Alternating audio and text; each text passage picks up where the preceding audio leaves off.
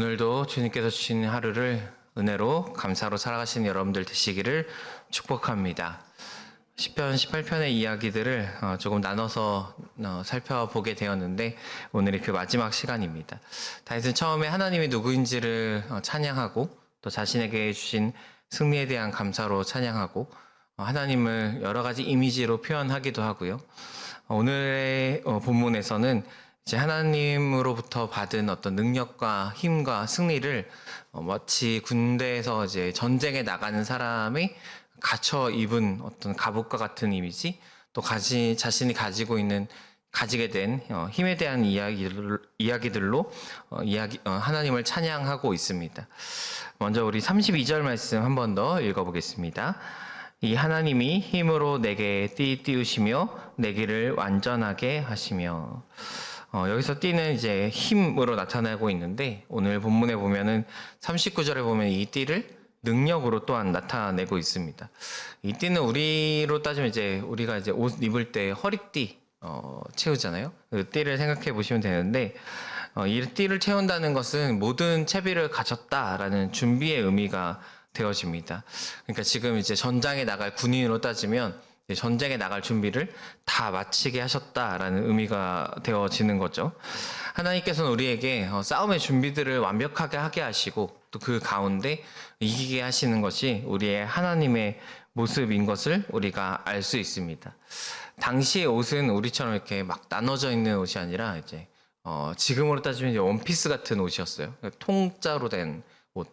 그래서 이 허리띠를 만약에 하지 않으면 이 허리띠가 직접적인 방어 무기는 아니잖아요. 뭐 방패처럼 화살을 막아준다거나 뭐 이런 건 아니지만 이 허리띠를 채우지 않으면 이제 옷이 막 흘러내려가거나 자유분방하게 날아가 버릴 수밖에 없는 그런 상황이었습니다. 그러니까 아무리 갑옷을 잘 갖춰 입어도 허리띠를 채우지 않으면 전장에 나갈 수 없는 것이죠. 에베소서 6장에 보면 하나님의 전신갑주에 대한 이야기가 나옵니다. 여기서도 허리띠에 대한 이야기가 나오는데 여기는 허리띠를 꾸며주는 말이 하나 더 붙습니다. 바로 진리의 허리띠라고 합니다. 오늘 본문에서는 하나님의 힘, 또 하나님의 능력을 나타내는 허리띠였는데 신약성경에 와서 이것을 좀 더 구체적으로 이것이 진리라고 이야기합니다. 진리는 하나님을 전인적인 영역에서 깨닫는 것이라고 볼 수 있습니다. 그러니까 하나님이 진리 대신 하나님이 있는데 그 하나님에 대해서 우리가 직접적으로 경험해서 깨닫는 것을 진리라고 합니다. 그래서 오늘 본문과 그 신약 성경의 이야기를 좀 합쳐보자면 무엇이 능력인가, 무엇이 힘인가, 바로 하나님을 아는 것이 우리의 능력이고 힘이다. 이렇게 이야기하고 있는 것입니다. 오늘 우리가 이 하루를 살아가면서 또한 하나님의 힘써 주님을 알고 그것이 또한 우리의 힘이 되고 능력이 될 줄로 믿습니다. 또한 하나님을 알지 못한다면, 하나님을 우리가 전혀 알지 못한다면 전쟁에 나갈 준비도 되어 있지 않고 또 그 전쟁에 나가서 이길 수 없다라고 이야기합니다. 신약 성경에 가서 이 전쟁들은 대부분 영적인 전쟁으로 흘러가게 되죠. 그래서 이 전신갑주도 실제 어떤 갑옷을 입자라는 이야기보다 영적인 갑옷들로 하나하나 표현되어 있는데 오늘 우리의 삶 속에서도 영적인 전쟁과 때로는 실제적인 전쟁이 있을 수도 있겠죠. 이 모든 것을 해결해 가는 그 첫 준비가 바로 주님을 아는 것이라고 주님께서는 말씀하고 계십니다. 우리 주님을 깊게 알고 또 주님을 깊게 경험함으로 우리에게 있는 모든 전쟁과 싸움에서 승리하시는 여러분들이 되시기를 축복합니다. 한 절 더 보겠습니다. 33절 말씀 함께 읽겠습니다. 나의 발을 암사슴 발같게 하시며 나를 나의 높은 곳에 세우시며. 성경에서 대부분 사슴은 뭐 아름다움이나 사랑스러움 같은 모습으로 표현되어져 있는데 오늘 이 이야기들은 다 이제 전쟁에 나가는 어떤 군사에 대한 이야기입니다. 그래서 군사적으로 보면 사슴은 신속함을 이야기하고 있습니다. 당시 전쟁은 1대1의 전쟁은 당연히 아니었겠죠.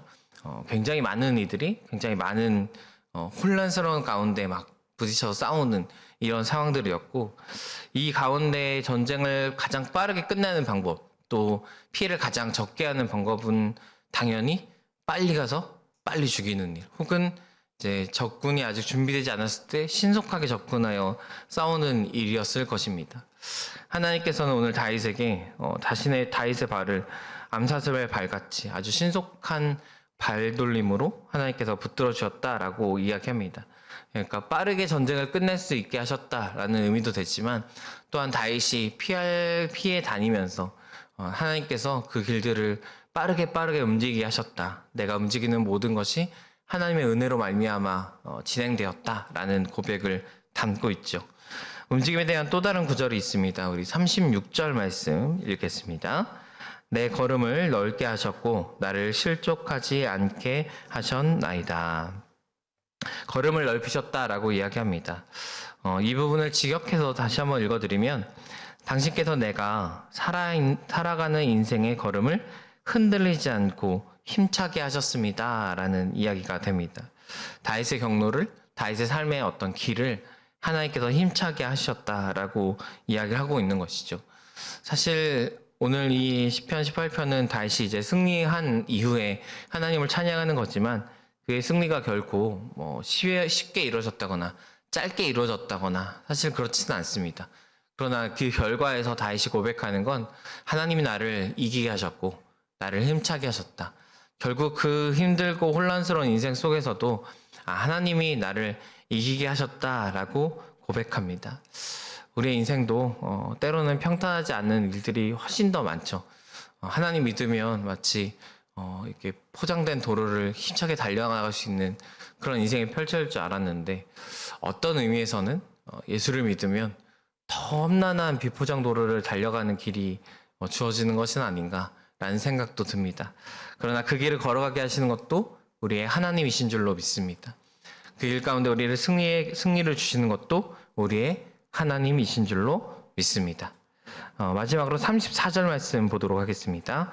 내 손을 가르쳐 싸우게 하시니 내 팔이 노타를 당기도다. 한글 성경으로 보면은 내 팔이 나의 활을 당기는 것처럼 표현되어 있는데 사실은 뉘앙스가 어떤 뉘앙스라면 내 팔에 의해서 노탈이 이제 부서지는 거예요. 다른 사람의 활에 이제 구부러지는 거죠. 내가 저 사람의 활을 딱 잡고 당겨서 부서뜨리는 이미지를 가지고 있습니다. 이것은 곧 하나님의 손에 의해서 다윗의 손에 능력이 주어졌고 활이 부서졌다는 건 당시에 가장 공격한 무기들이 부서졌다라는 것이거든요. 아무리 원수들이 강한 무기를 가지고 공격해 올지라도 하나님 앞에 설 때 그것들이 온전히 구부러지고 부서지고 깨어진다라고 고백하고 있습니다. 결국 승리를 주시는 것은 하나님이고 또 그 하나님의 능력 가운데 우리가 나아가면 주님께서 그것을 가지고 우리가 이기게 하신다라는 것이죠. 다윗은 34절에 고백합니다. 내 손을 가르쳐 싸우게 하시니. 때로는 하나님께서 직접 싸우실 때가 있는데 사실은 더 많은 경우에 하나님은 우리를 통해서 싸우신다라는 것입니다. 다윗에게 가르쳐 주셨고 너 이렇게 하면 돼. 너 이렇게 가서 손을 뻗어서 그 활을 붙잡으면 내가 부서뜨려 줄게. 이런 방법들로 말이죠. 우리에게 있는 싸움들도 하나님 저 어떤 상황을 물리쳐 주십시오. 혹은 어떤 일들을 해결해 주십시오라는 기도가 물론 하나님께서 그냥 강권적으로 그것을 움직이셔서 바꾸실 때도 있지만 기도로 따지면 두드리라? 그러면 열릴 것이다 라고 하시잖아요.